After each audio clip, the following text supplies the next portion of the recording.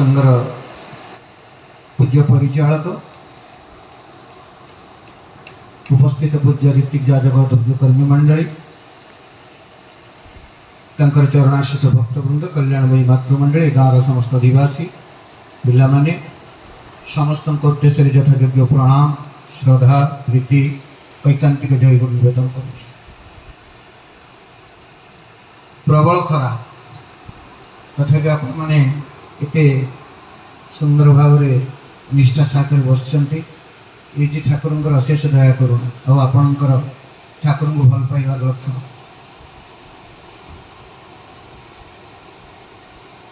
कौन कह ठाकुर कथा सर्वप्रथमे गोविंद भाई पाखे कृतज्ञता ज्ञापन करुँची जे मते प्रिय परमंत्र दीपद कथा कहबार सुजोग देछन जार नाम जाजन जोटा आमर भाई कहते पूज्य नना कहते जे आम मैंने ठाकुर को बुझापी जो विधान दरकार जजन जाजन इष्टपति जाजन का भीतर एक ठाकुर को जीवन परम साधन ठाकुर कहते आ जाजन करते करते प्रति भल पाइबा सृष्टि हुए भल पाइले मनीष कथा कहे आई जाजन कर मत सुजोग देते तेणु गोविंद भाई व्यक्ति दाम्पत्य परिवार परिवेश और आपण मानकर ये अंचल समस्त मंगल कामना करे प्रिय परमंकर श्रीपाद पंकज रमाकांत भाई वयोज्येष्ठ लोक एकांत इष्ट प्राण बहुत दिन देखी वेदना सत्संग विहार में निरत कर्मी ठाकुर पचार गला कर्मी डेफिनेशन कहे ठाकुर सहज भाव में दीप रखी कहते कर्मी मान तो जी काम करे किंतु खाली काम कले हम ना प्रतिष्ठा करे जो इष्ट प्रतिष्ठा करे बहु लोक अच्छा आत्मप्रतिष्ठा ठाकुर को धरती मु प्रतिष्ठित है ठाकुर को जब कर्मी सी जार किसी प्रत्याशा ना केवल इष्ट प्रतिष्ठा कर चलती रमाकांत भाई से गोटे लोक से कथा आरंभ कर प्रथम से कहते गोविंद भाई कथा जे केमी काम करती ठाकुर किए करे जे ठाकुर भल पाए सी करे ठाकुर कहले भल पाइबार टाण मनीष काम करे भल पाइबार टाण कर्म आने सबलता मनीष बलशाली हो जाए काम करने जिते दुर्बल लोक हो छोटिया कथाटे कहूँ आपन को अलकेशदा बोली लोक आप पढ़ी आलोचना प्रसंग अलकेशदा बापा माँ परम पूज्य कौन रे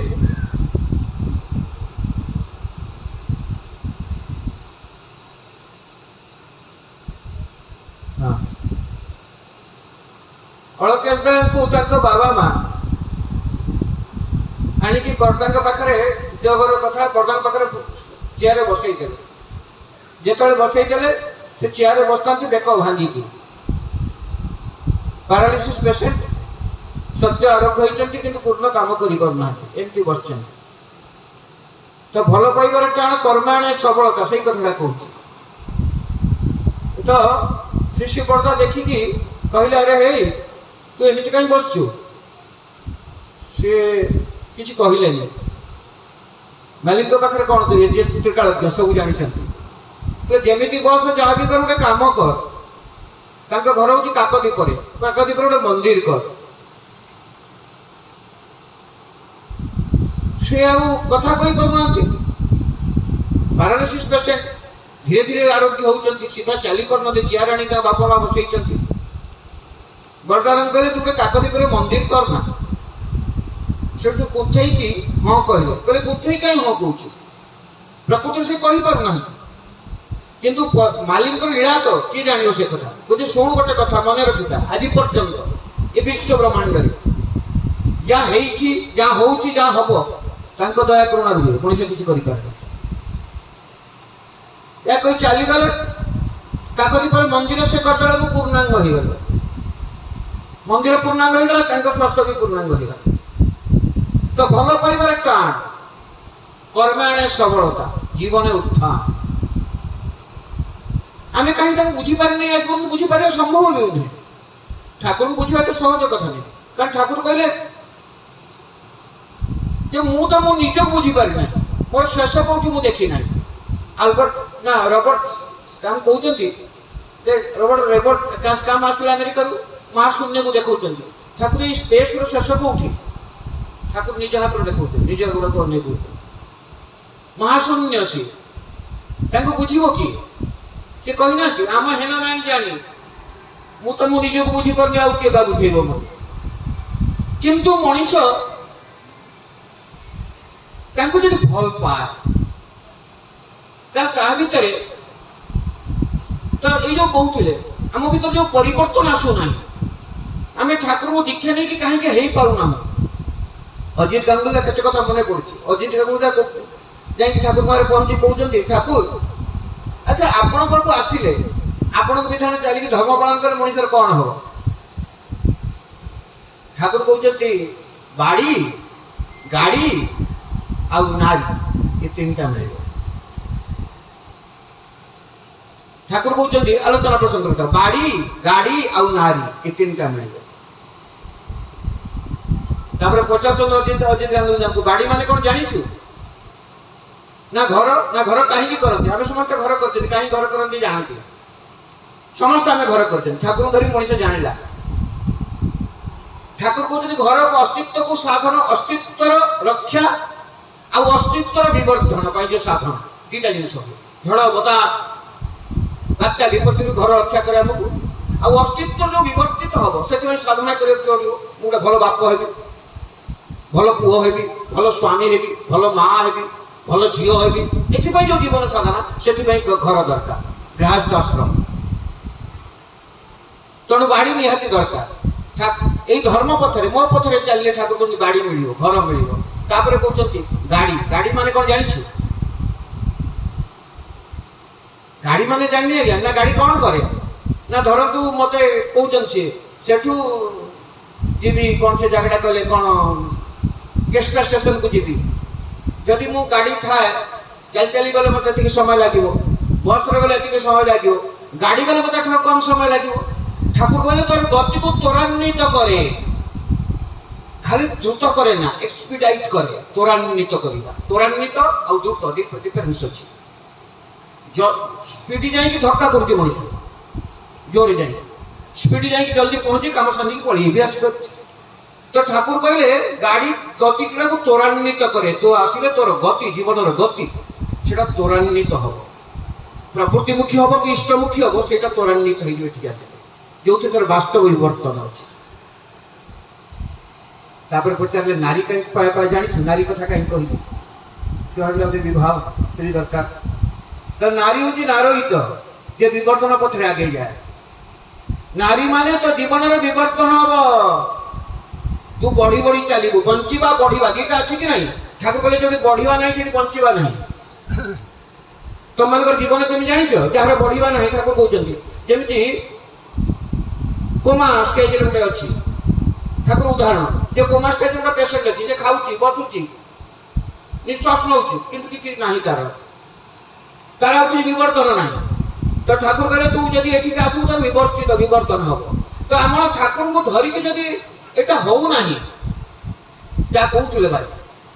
ତାର କାହିଁକି ହଉନାହିଁ ଆମମାନଙ୍କ ଭିତରେ? କାରଣ ଆମ ଭିତରେ ସେ ଯୋଉ ବିଧାନର କଥା କହିଛନ୍ତି ତାକୁ କରିବାର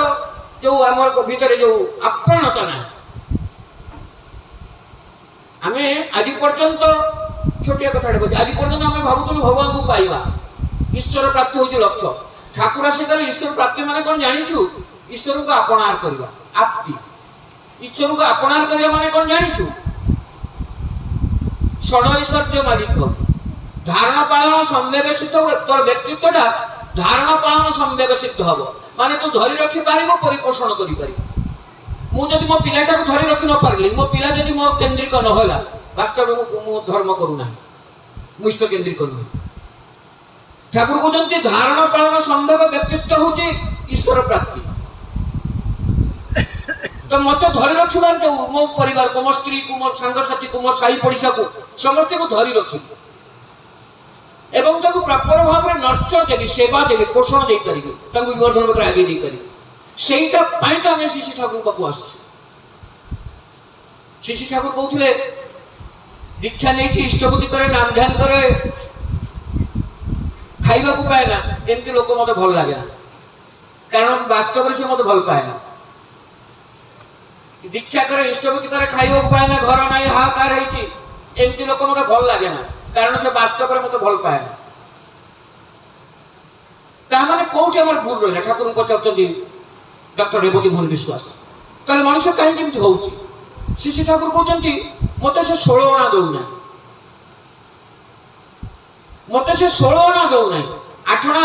4 अणा दौर बाकी निज पाई रखु जहाँफल सी भी सन्तुष्ट हो पारे मुझे सन्तुष्ट हो पार छोटिया उदाहरण टे आप छोटिया कथाटे कह ठाकुर लीला कहानी वास्तव लीला कहानी आप जानते किं कुर्वन्ति ग्रह सर्वा जस्य केन्द्र बृहस्पति ग्रह राज अवस्था ज्योतिष शास्त्र अच्छे किं कुर्वन्ति ग्रहराज किं कुर्वन्ति ग्रह सर्वा जस्य केन्द्र बृहस्पति जार केन्द्र में बृहस्पति था तार ग्रह विभाग किसी करें तो आम भावु जुपिटर जहाँ केन्द्र था समस्ते ज्योतिष मैंने भी कहते ठाकुर कहले बृहस्पति बृहतपति बृहत माने बड़ पति माने स्वामी सबुठ बड़ स्वामी किए ना गुरु ब्रह्मा गुरु विष्णु गुरुदेव महेश्वर सर्वदेव मय गुरु पुणी सर्वदेव मय गुरु माने कौन ठाकुर पचारा ये तो जानवा दरकार सर्वदेव मान जिते देवता से गुरु नुहति सर्व पूर्व पूर्व गुरु मान को परिपूर्ण कर प्रमाण वैशिष्ट पुरुषोत्तम को जे केन्द्र करके चले ठाकुर इंग्राजी में कहते दि ग्रेटेस्ट कंट्रोलिंग एजेंट सबू को नियंत्रित कर व्यक्ति सी जदि केन्द्र में था सी जदि मो जीवन गाइड गुरु हमें जदि जीवन चर्चा करे मोर ग्रह विभाग किसी कर ये हूँ 16 अणा दवा तो आप जतिन चौधरी बोली जड़े गुरु भाई था जतिन हलदार सॉरी माँ हूँ सुशीला बाला हलदार आश्रम किसी दूर रहती ठाकुर भल पाती माँ मैंने बेस इष्ट प्राण भाई मैंने टे कम तेणु देखा जाए सत्संग माँ मान संख्या बेसी प्रकृति जो घर माँ मैंने अत्यंत इष्ट प्राण सी भाई हौ न हौ पिला सुंदर हो जाए এটা মোর জীবনের অভিজ্ঞতা বহু ওড়িশার বিভিন্ন জায়গায় বা বহু ঘরକୁ যাচ্ছি দেখুছি যে ঘরে মা মানে ইষ্ট প্রাণ সে ঘরକୁ উঠেই দিଅନ୍ତି বাস্তব এই সুশীলাবালা হালদার ঠাকুর খালি ভাল পাନ୍ତି অসম্ভব ইষ্ট প্ରାଣ ଦିନେ ତାଙ୍କ ଘରକୁ ଯତୀନ ହଲଦାରଙ୍କ ଘରକୁ ଗୋଟେ ଜ୍ୟୋତିଷ ଆସିଛନ୍ତି ଘରେ ବସିଛନ୍ତି ତାଙ୍କର ଭାରି ଖରାପ ସମୟ ଚାଲିଥାଏ ସେ ବାଇଚାନ୍ସ ଜାତକଟା ଦେଖେଇଦେଲେ ଜାତକ ଦେଖେଇଦେଲା ପରେ କହିଲେ ସେତେବେଳେ ତାଙ୍କ सुशीलाबाला देह बारंबार खराब होते स्त्री देह खराब होते जो जातकटा निजर जातक देखले से कहले तुम तो 3 मास भर विपत्ति थी तुम स्त्री मरीज सी कुछ शुणी पारे ना से यौवन बयस कौन करेंगे चिंता कर पारे नहीं पचारे कौन ना यहाँ सत कथा यही तो जो ग्रह चलन करुच्ची तुम स्त्री 3 मास भर जीवन हारिदेव से कौन करेंगे ठाकुर पाखु जदिव एत निष्ठा नाला किंतु माँ बहुत निष्ठा थी सुशीलाबाला तेणु से दौड़ी चली आई ज्योतिष पिंधार बसी न पचारि आसिक ठाकुर बाहर बसते ठाकुर बस ठाकुर सारे गाधे बुझे आसिक ठाकुर मोर गोटे कथा अच्छे कौन अच्छे ना आम घर ज्योतिष आसते कहला मो स्त्री 3 मास भर मरजी आखि छल छल हो कौन करेंगे ठाकुर कहले जी कहला पचार कौन कर मो कौन आस कहले मुझे भावी आपको कहले आज मन पड़ा मो कथा बहुत के आसती बहुत समय बनाते से ठाकुर कही ना गोटे पानी अच्छी ठाकुर बेकूफ पड़े से पाटा मन ना ना जानी थे मनुष्य बाध्य फेरिकी आस तो कहले जहाँ तक पचारिक आस ज्योतिष एत बड़ ज्योतिष पचारिक आस सब गले कहले ठाकुर पचारे जे मोर ये ग्रह विभाग पड़ी एथर मो स्त्री चलीज यार प्रतिकार कौन तो एकमात्र प्रतिकार सद्गुरु करेंगे आउ जगत में कई देवादेवी करेंगे किं कुर्वन्ति ग्रह सर्वा जस्य केन्द्र बृहस्पति से दौड़ी आस कहले तो आपड़ करेंगे कहले मुझे कहीं करी ना आप मोर सद्गुरु आप तो मो माने मो स्त्री तो आप बहुत भल पाए सकल आपण कथा मत घरे कहे सब करे आप दया कर ठाकुर कहले तू जब एत कथा कहना से तू तो स्त्री को 3 मास छाड़ दे पारू आज्ञा छाड़ दे ना मो पाखे छाड़ दे देखो परम पुरुष कथा जो कहते 16 अणा देवा तेणु सी जो माँ खुशी होगा जे मु 3 मास धरिक केवल ठाकुर पाखे ठाकुर सेवा करी मोर किसी चिंता दुख ना तार मृत्यु मृत्यु कथा चिंता ना जे मु 3 मास ठाकुर पाखे रही ये जो बोधटा तार भल पाइबार टाण कर्म आनी सबलता जीवन उत्थान आनंद 3 मास धरिक एकदम राति दिन जो ठाकुर सब काम करने व्यस्त हो गला कहतु लोक तो एकदम सवार लगी रही खाई जो 90 डेज 90 दिन जो 3 मास पूरी जो से तो राति शोची हठात स्वप्न देखुची जे श्री ठाकुर आसिक भगवत गीतार गोटे श्लोक कहते कहते माटा लेखिकी रखी से संस्कृत जाना तेणु सकाल उठिकी नाम ध्यान करके इष्ट को सार देकी प्रार्थना पूर्व आसी पहुंच जाए ठाकुर ठाकुर आसी ना तो से कबाट पाखे बस पहड़ खोली ना फुटी भोर आस बस जाए तेणु से कालिदासी मासी कहते आप कौन एत आसिक ठाकुर आसवा रास्ता छाड़ू सब छाड़ी बोली आस इतने जल्दी ना मोर गोटे राति ठाकुर मतलब स्वप्न कर ठाकुर पचारि बस तो ठाकुर जो पशिले ठीक तार 5-3 मिनट प्रार्थना शंख बाजिगला प्रार्थना कही पारा ना प्रार्थना सैला प्रणामी चलला व्याकुलता बढ़ी जाइए तो जो समस्ते बस आसले केशता फेस्टा सब आस पहुँची बसीगले से माँ जगह आंठी पड़ा कहला ठाकुर मोर गोटे कथा ना कौन आज तो 90 दिन होगा ना से 90 दिन कहीं 3 मास तो पूरी गला तो ना हाँ ना तो बाबू कड़े गले ठाकुर मजा कर ना ठाकुर मोर गोटे कथा अच्छे आप ना कौन कह ना काली रात आप मतलब स्वप्न आसिले भगवत गीतार गोटे श्लोक कहले कहले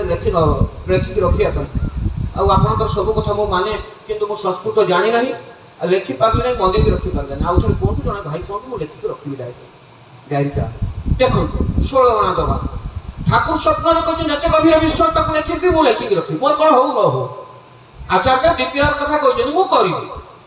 कौन है ना मोर जाए से से कहते सकाल उठिक नाम ध्यान करी नाम ध्यान करी नाम ध्यान करे इष्टपति करी इष्टपति करे थालपुड़ी खाई पूज्यपाद शिशु बर्दा को पचारा थालपुड़ी कहीं खाइब मुझे जाने ना कहीं खाइब मत ठाकुर कहते कहीं मुझे खा माछ मांस कथा पचारा आप कहीं माछ मांस खाऊना जिते लोक केते कथा कहले शरीर खंड हो कोष डिविजन हम शक्ति एनर्जी नष्ट हम अकाल बार्धक्य आसीज रोग प्रतिरोधक शक्ति ह्रास कमिज माछ मांस खाइले तो शिशु बर्दा कहले मुझे कथा बुझे ना मत ठाकुर मना करते तेणु खाए ये जो सहज सरल भल पाइबा सरल भाव मानि चलवा से माटी से कही मत आप कहले मुझे लेखिक रखी मत आप मुझे स्वप्न आपको देखी आप श्लोकटा कहते तो ठाकुर घर छाँदना परम पुरुष तो सी निजक के व्यक्त करते कहते मो गुरु मो सदगुरु मो भगवान सी तो मु पागल आसिले ते कहले भगवदगीता श्लोक कही एमती कहते कि तार व्याकुलता एत बढ़ीगला आउ क्या कहला किसी देलानी आप कहले मुझे कहतु कहतु एमती कहला ठाकुर बाहर ठाकुर पाठर बाहरी गला कुत सुखम सांगे सांगे कह हाँ यहीटा तो शेष कथा कहला कुत सुखम ठाकुर बाध्य हो भक्तर तो भगवान ना तार भल पाया पाखे धरा पड़गला कहले हूँ देख मुझे देवी देवता लिखिदे ना ना स्त्री बुद्धियुक्त न युक्त भावना न च भाव सत सत कुत सुख यही हूँ कथा मनीष गुरु ग्रहण करी विपद आपद आसब नहीं बड़ कथा झड़ झंझ आसब ना ग्रह विपाक रोग व्याधि धरब ना मिछ परम पुरुष को धरी किंतु से जो ठाकुर कहले घूर्णिझड़ भांगी जा उपुड़ी जा हम ना साबाड़ कर धरिकी अतिक्रम कर शक्ति सामर्थ्य धैर्य यही गुरु दिय श्री ठाकुर दिय जदि मनुष्य 16 अणा धरिकी बस 16 अणा समस्त मन प्राण देखी 16 अणा माने नुहे घर द्वार करी ना 16 अणा माने नुहे मो संसार करी ना ठाकुर जन माँ आसी कहला ठाकुर पाखे गोटे माँ सुंदर भाव कहते ठाकुर गाई गोरु छेली मेढ़ा बासन मजा पिला को मनीष करवा पिला को गाधे स्कूल को पठेवा घर द्वार करवा शाशु को सेवा नवा ये कम भितर आपण कथा केतबेले मने पड़े केमती आपण काम करिवे ठाकुर कहते अरे यही गुड़ा तो सब मो काम ठाकुर कहते कौन डिफेक्ट जान तोर आम डिफेक्ट कौन जान ये काम काम बोली भावी करती आम ठाकुर तो सुंदर भाव कहते मालो तोर भूलटा कौन जान तो काम भावी मो काम भावी करना रोषे कला भावी मो ठाकुर रोषे करुँचे ठाकुर देवी मो परिवार खाई ताले बाध्य नाम करू कि ना छोटिया छोट परम पुरुष तो छोट छोट कथा बुझे दी जदि मो भावे जो माटा रोषे करुँची से प्याज रोषे कर कहीं ठाकुर तो प्याज न खाती मुझे रोषे करी नदे तो खाई हम ना ତୁ ଭାବିବୁ ଏଟା ମୋ ପାଇଁ କରୁଛୁ ସବୁ କାମ। ତ ପିଲାଟାକୁ ମଣିଷ କରୁଛୁ, ଭାବୁଛୁ ମୋ ପିଲାଟା ମଣିଷ ହେଲେ ମୋ ଠାକୁରଙ୍କର କାମ କରିବ, ତେଣୁ ସେଇ ଅନୁସାରେ ପଢିବ। କେମିତି ସେ ଭଲ ମଣିଷଟା ଭଲ ପିଲା ହବ, ଇଷ୍ଟପ୍ରାଣ ହେଉଥିବ। ଗୋଟେ ମାଆଟେ ଆସି ଠାକୁରଙ୍କ ଘରେ କାନ୍ଦୁଛି, କ'ଣ କାନ୍ଦୁଛି ନା ପୁଅଟାକୁ ଇଞ୍ଜିନିୟର କଲେ, ଆପଣଙ୍କ ଦୟା କର ଇଞ୍ଜିନିୟର କଲେ, ଇଞ୍ଜିନିୟର ହେଲା, ଆପଣ ଦୟା କଲେ ବୋଲି ବାହା ହେଲା, କାରଣ ତାର ବାପ ନାହିଁ, ବାପ ଚଉଦ ପିଲା ସେ